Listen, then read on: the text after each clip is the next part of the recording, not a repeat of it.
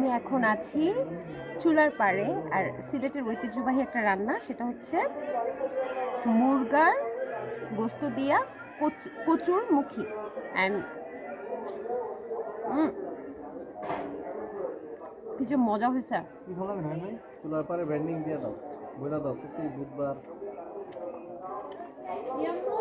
তো, এত মজা হয়েছে।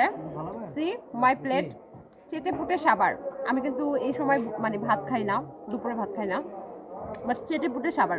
সো চুলার পাড়ের এই পর্বটা দেখতে হলে, এটা কিভাবে রান্না করে সেটা দেখতে হলে অবশ্যই চুলার পাড় দেখতে হবে প্রতি বুধবার ঠিক রাত 10টায় দীপ্ত টেলিভিশনের পেজে।